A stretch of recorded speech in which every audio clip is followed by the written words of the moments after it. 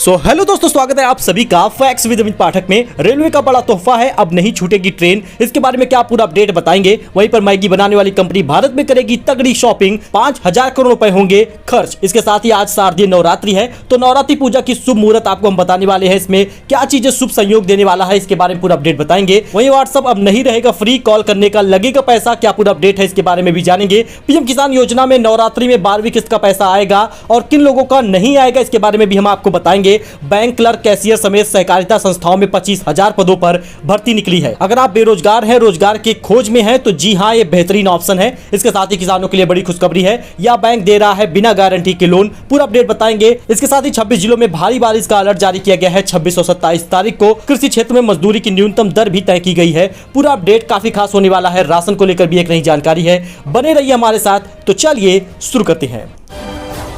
तो मिलेगा जबरदस्त इंटरनेट स्पीड का मजा। प्रधानमंत्री नरेंद्र मोदी अगले हफ्ते लॉन्च करेंगे 5G सेवाएं। जी हां दोस्तों, रिलायंस जियो और भारतीय एयरटेल जैसी टेलीकॉम ऑपरेटर अपनी 5G सेवाएं भारत में रोल आउट करने को तैयार है। अब इस बात की पुष्टि हो गई है कि प्रधानमंत्री नरेंद्र मोदी खुद अगले सप्ताह 5G सेवाएं लॉन्च करेंगे। प्रधानमंत्री इंडियन मोबाइल कांग्रेस के आयोजन में 1 अक्टूबर 2022 को नई जनरेशन की इंटरनेट सेवाओं की शुरुआत करने जा रहे हैं। यानी 1 अक्टूबर को कई चीजें बदलने वाली है। नेशनल ब्रॉडबैंड मिशन की ओर से एक ट्वीट शेयर किया गया था, जिसे अब डिलीट कर दिया गया है। इस ट्वीट में लिखा था, भारत के डिजिटल ट्रांसफॉर्मेशन और कनेक्टिविटी को नई ऊंचाई पर पहुंचाते हुए प्रधानमंत्री नरेंद्र मोदी एशिया की सबसे बड़ी technology exhibition Indian mobile Congress में 5G सेवाएं रोल आउट करेंगे। यानी आपको 1 अक्टूबर को प्रधानमंत्री नरेंद्र मोदी द्वारा 5G सेवाओं के बारे में, बड़ा लॉन्च के बारे में ऐलान किया जाएगा, जिसको आप सुन सकेंगे।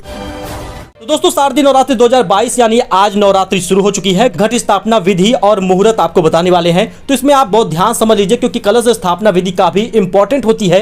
कलश की स्थापना मंदिर या घर के उत्तर पूर्वी दिशा में आपको करनी चाहिए और इसी में आप करिएगा। मां की चौकी लगाकर कलश को स्थापित करना चाहिए। स्नान आदि करने के बाद सबसे पहले कलश स्थापना वाली जगह को गाय के गोबर से लीप कर गंगा जल छिड़क कर वहां को पवित्र करना चाहिए। फिर लकड़ी की चौकी पर लाल रंग के स्वास्तिक बनाकर कलश की स्थापना करनी चाहिए। यह बेहद इंपॉर्टेंट होता है और इससे आपको शुभ फल मिलेगा। और 26 सितंबर आज आपको बता दें शुभ मुहूर्त क्या होने वाला है। दरअसल आपको बता दें, ब्रह्म मुहूर्त 4:36 से 5:23 तक रहेगा सुबह के समय। अभिजीत मुहूर्त आपको बता दें तो 11:48 सुबह से लेकर 12:36 दोपहर तक रहेगा। इसमें आप कलश स्थापना कर सकते हैं। दोस्तों, 26 सितंबर से नवरात्रि शुरू हो रही है। वहीं पर 3 अक्टूबर को अष्टमी रहेगी और 4 अक्टूबर को महानवमी रहेगी। वहीं दोस्तों, मैगी बनाने वाली कंपनी भारत में करेगी तगड़ी शॉपिंग। जी आपको बता दें 5000 करोड़ रुपए होंगे इसके लिए खर्च। दरअसल मैगी और कॉफी जैसे आइटम्स वाली कंपनी नेस्ले ने भारत में 5000 करोड़ रुपए निवेश करने की योजना बनाई है। नेस्ले के सीईओ मार्क स्ट्राइडर ने बताया कि कंपनी साल 2025 तक इस रकम को निवेश करेगी। इस दौरान कुछ प्लांट लगाए जाएंगे, वहीं कई अधिग्रहण भी किए जाएंगे। तो वही रेलवे का तोहफा क्या है, इसको भी आप समझे, क्योंकि अब नहीं छूटेगी ट्रेन। पल पल की आपको मिलेगी सटीक अपडेट। बिना IRCTC पासवर्ड बुक होगी टिकट। जी हां दोस्तों, अब आपकी ट्रेन नहीं छूटेगी, क्योंकि आप ट्रेन के हर मूवमेंट को घर बैठकर ही ट्रैक कर सकेंगे। रेल मंत्रालय ने शुक्रवार को एक बयान में कहा कि इंडियन रेलवे इसरो के साथ मिलकर एक रियल टाइम इंफॉर्मेशन सिस्टम यानी RTIS इंस्टॉल कर रहा है, जो इंजनों पर अराइवल और डिपार्चर और रन थ्रू सहित स्टेशनों पर ट्रेन की आवाजाही को टाइम को ऑटोमेटिक ट्रैक करेगा। मंत्रालय ने कहा कि इसरो के सहयोग से विकसित real time train information system यानी RTIS को स्टेशन पर ट्रेनों की आवाजाही के समय स्वचालित अधिग्रहण के लिए इंजनों पर स्थापित किया जाएगा। इसमें आगमन, प्रस्थान या रन थ्रू शामिल होगा। मंत्रालय ने कहा कि RTIS 30 सेकंड की अवधि के साथ मिड सेक्शन अपडेट देगा। वहीं बात कर ले दोस्तों अगस्त के पहले चरण के फ्री राशन की, तो जी हां दोस्तों, अब जल्द ही कोटेदार के यहां पर आपको अगस्त के पहले चरण का राशन मिलेगा। मैंने आपको बताया था कि सितंबर महीने में ही आपको अगस्त के पहले चरण का राशन मिल जाएगा। हालांकि बहुत से कोटेदारों के पास राशन का उठान नहीं होने के कारण राशन अभी तक बंट नहीं पाया है, लेकिन अगस्त के पहले चरण का राशन आपको 27-28 तारीख से मिलना शुरू हो जाएगा, जिसमें आपको सीएम योगी वाला गेहूं चावल मिलेगा। इस बार चना, तेल, नमक के लिए कोई निर्देश जारी नहीं किया गया, इसलिए जो आपको केवल राशन मिलेगा वो गेहूं चावल होगा, जिसके लिए आपको पैसे भी देने होंगे। कोटेदार ने राशन का उठान किया है, 27 से 28 तारीख से इसकी शुरुआत हो जाएगी। यानी आपको सितंबर महीने में ही अगस्त के पहले चरण का राशन दिया जाएगा। तो अब एक नई और मुसीबत आ चुकी है। व्हाट्सएप कॉल भी फ्री नहीं रहा। सरकार ने तैयार किया है नया ड्राफ्ट। जल्द ही व्हाट्सएप पे स्काइप और जूम, टेलीग्राम और गूगल डुओ जैसे ऐप्स पर कॉलिंग के लिए पैसे देने पड़ सकते हैं। दरअसल वीडियो कम्युनिकेशन और कॉलिंग ऐप्स के खिलाफ अपना रुख सख्त करते हुए केंद्र ने इंडियन टेलीकम्युनिकेशन बिल 2022 का ड्राफ्ट तैयार किया है। नए ड्राफ्ट में व्हाट्सएप, जूम, गूगल डुओ को टेलीकॉम लाइसेंस के दायरे में लाने का प्रस्ताव किया है। बिल का ड्राफ्ट सभी के लिए टेलीकॉम डिपार्टमेंट की वेबसाइट पर उपलब्ध है। इसके साथ ही विभाग ने बिल पर इंडस्ट्री के भी सुझाव मांगे हैं। अगर बिल पास होता है तो दूरसंचार विभाग इसके हिसाब से चलेगा। इंडियन टेलीकम्युनिकेशन बिल 2022 के ड्राफ्ट में कई नई चीजें शामिल की गई हैं। इसके मुताबिक WhatsApp app, Skype, zoom, Telegram और गूगल डुओ जैसे कॉलिंग और मैसेजिंग ऐप को अब लाइसेंस लेना होगा। इन्हें भारत में कामकाज करने के लिए अब टेलीकॉम कंपनियों की तरह ही लाइसेंस लेने की जरूरत होगी। वहीं पर ओटीटी प्लेटफॉर्म को भी नए टेलीकम्युनिकेशन बिल में शामिल किया गया है। अच्छा, वहीं पर बात कर ले पीएम किसान योजना की, तो जी हां, 12वीं किस्त आपको नवरात्रि में मिल सकती है। मीडिया रिपोर्ट के मुताबिक काफी बड़ी खबरें सामने आ रही हैं, जिसमें आपको बता दें दोस्तों, अगर आपने ई-केवाईसी करा लिया है तो आपको 12वीं किस्त निश्चित रूप से मिलेगी। अगर आपने नहीं कराया तो 30 सितंबर तक के लिए डेट है, जल्द करा ले। इस महीने आ सकती है आपकी 12वीं किस्त। सितंबर महीने में ही आपको नवरात्रि के समय, यानी आज से ही नवरात्रि शुरू हो रहा है और किसी बीच भी आपको 12वीं किस्त का पैसा मिल सकता है। 12वीं किस्त के लिए क्या कहा है मीडिया रिपोर्ट में बताया गया है, ये आप जान लीजिए। मीडिया रिपोर्ट में दावा किया गया है कि पीएम किसान योजना सम्मान निधि की 12वीं किस्त इसी महीने किसानों के खाते में भेजी जाएगी। इसमें यह भी कहा जा रहा है कि किसानों को नवरात्रि के शुरुआती दिनों में 12वीं किस्त का पैसा यानी 2000 रुपए मिलेगा। नवरात्र 26 सितंबर यानी आज से शुरू हुआ है और आपको बता दें लगभग 5 अक्टूबर के बीच में किसी भी समय पर आपको पैसा 2000 रुपए 12वीं किस्त का दिया जाएगा।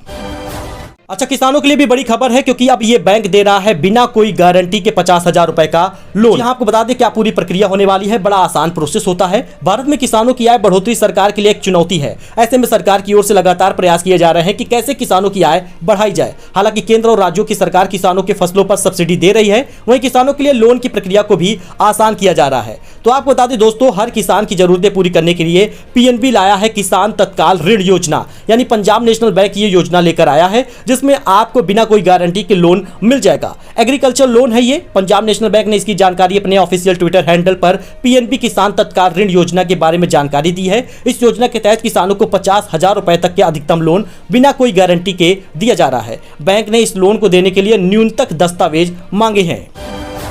अच्छा, सरकारी नौकरी की तलाश में है और अगर आप बेरोजगार हैं तो रोजगार पाने के लिए जी आपको बता दें तो बैंक क्लर्क, कैशियर समेत सहकारिता संस्थाओं में 25,000 पदों पर होगी भर्ती। पूरा डिटेल आप जान लीजिए। प्रदेश के सहकारिता विभाग में 6 साल बाद विभिन्न पदों पर करीब 25,000 से ज्यादा भर्तियां की जाएंगी। ये भर्तियां मुख्य रूप से बैंकिंग सेक्टर में लिपिक, कैशियर, कनिष्ठ शाखा प्रबंधक के अलावा चतुर्थ श्रेणी के पदों पर होंगी। इनमें से 5,000 पद सहकारिता क्षेत्र के बैंकों में और बाकी 20,000 प्रारंभिक कृषि ऋण समिति यानी पैक्स में भरे जाएंगे। यह भर्तियां बीती सरकारों में हुए घोटाले के कारण बंद थी, जिसे अब शुरू किया जा रहा है। तो आप हमारे साथ जुड़े रहिए, जिससे हर अपडेट आपको इसके बारे में मिलता रहे।